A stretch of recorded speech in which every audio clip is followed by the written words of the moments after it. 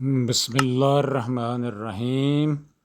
حضرت آسیہ مصر کے بادشاہ کی بیوی اور مصر کی ملکہ تھیں۔ خاتون اول کے دریائے نیل کے کنارے عظیم الشان محلات تھے۔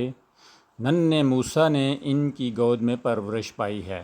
اس محل میں ننھے شیرخوار کی حیثیت سے آنے والے موسیٰ جوان ہو چکے ہیں۔ جی ہاں، اب انہیں پیغمبری بھی مل چکی ہے۔ فرعون کے ساتھ مناظرے ہو چکے ہیں۔ جادوگروں کے ساتھ حضرت موسیٰ علیہ السلام کا مقابلہ ہو چکا ہے۔ جادوگر مسلمان ہو چکے ہیں۔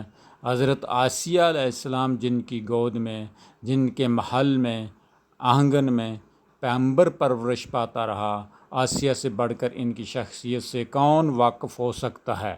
چنانچہ اللہ تعالیٰ کا آسیہ پر کرم ہوا۔ انہوں نے موسیٰ علیہ السلام کو اللہ کا نبی مان لیا، اور موسیٰ علیہ السلام جس رب کو منوا رہے تھے، حضرت آسیہ علیہ السلام نے اس رب کی توحید کا اعلان کر دیا۔ شور سٹپٹا کر رہ گیا۔ فرعون کے غضب کا کوئی ٹھکانہ نہ رہا۔ اس نے اپنی بیوی کو بہت سمجھایا، مارا پیٹا مگر ناکام ہوا۔ آخرکار اس نے انتہائی اقدام کا فیصلہ کر لیا۔ اس نے اپنے اہلکاروں کو حکم دیا کہ مصر کی ملکہ کو لکڑی کے تختے پر لٹکا کر ہاتھوں اور پاؤں میں لوہے کی میخیں ٹھونک دیں۔ اس عمل کی وجہ سے اللہ تعالیٰ نے فرعون کی فرعونیت کا ذکر کرتے ہوئے اسے میخوں والا کہا ہے۔ ترجمہ: تو نے دیکھا نہیں تیرے رب نے فرعون کے ساتھ جو میخوں والا تھا کیا کیا؟ سورہ فجر آیت نمبر 10۔ یقین جانیں اس پر بس نہیں کیا۔ ظالم فرعون کے حکم پر حضرت آسیہ علیہ السلام کو تپتے ریگستان کی دھوپ میں پھینک دیا گیا۔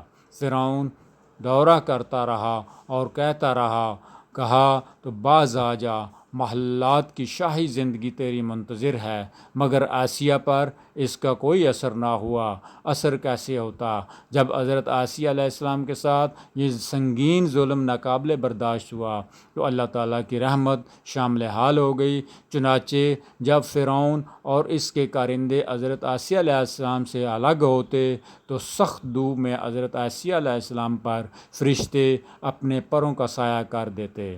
ابو یعلا اپنی حدیث کی کتاب المسند میں یہ روایت حضرت ابو ہریرہ کے واسطے لاتے ہیں کہ جب حضرت آسیہ علیہ السلام نے اپنے رب کریم کی طرف سے اپنے اوپر کرم دیکھا تو اپنے رب کو پکارا اور کہا، ترجمہ: میرے پروردگار، میرے لیے اپنے پاس سے جنت میں ایک محل بنا اور مجھے فرعون اور اس کے اہلکاروں سے نجات فرما۔ ان ظالم لوگوں سے میری جان کی خلاصی کر۔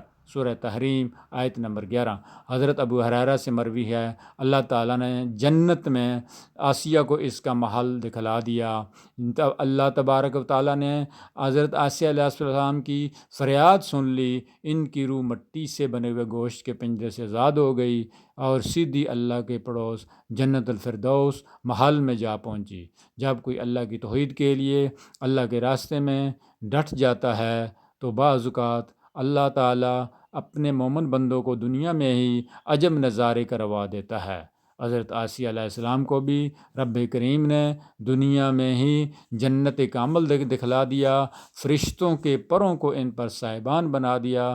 حضرت آسیہ علیہ السلام کے اس عظیم کردار کو تمام مومنوں کے لیے ایک مثال قرار دیا۔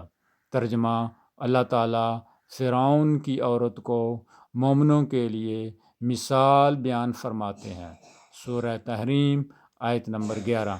دعا ہے اللہ تعالیٰ تمام مسلمانوں کو حضرت آسیہ جیسا پختہ ایمان اور استقامت عطا فرمائے۔ آمین ثم آمین۔